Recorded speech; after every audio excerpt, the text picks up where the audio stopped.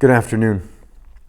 When little kids are wanting to help out mom and dad, maybe outside or in the kitchen, the mom and dad are going to do things that will help the kids to feel like they're a part of the process.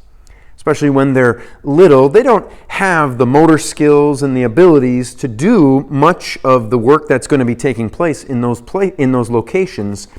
But mom and dad want to make them feel good. So what they will do is they will get it started almost to completion and then let the child finish it. Maybe pound the last hammer on top of the nail or put in the last mix into the batter.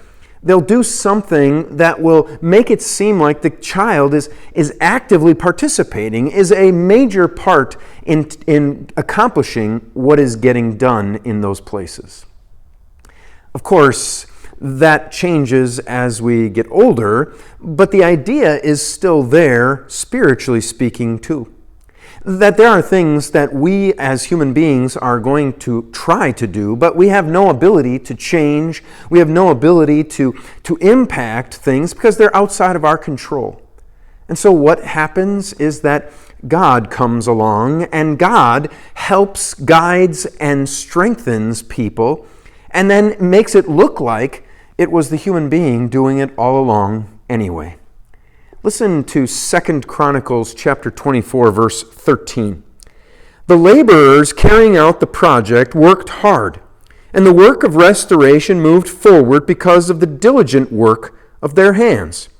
They restored the house of God to its proper condition and strengthened it. The workers were there working. They were putting in the effort, putting in the sweat. They were pounding and they were chiseling and they were stacking and they were doing whatever was necessary. And it came together. The project was successful. The house of God was restored to its proper condition and it was strengthened. But that house of God would have just been a building. It wouldn't have been anything unless God occupied it. And God doesn't need a building to occupy, but in this case, He wanted them to rebuild that place. And so He gave them the strength and the ability and the directions to be able to make it happen, to accomplish it. And it looked like they did it all, but it was really God behind it all the while. What things are happening in your life where you could look and say, there's God behind it. There's God taking an active role. There's God. He's working through me and in me and around me to accomplish things that no way would I be able to accomplish myself.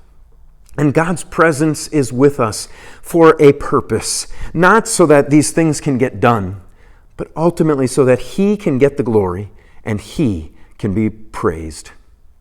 Until we see each other again, the Lord's blessings on your day.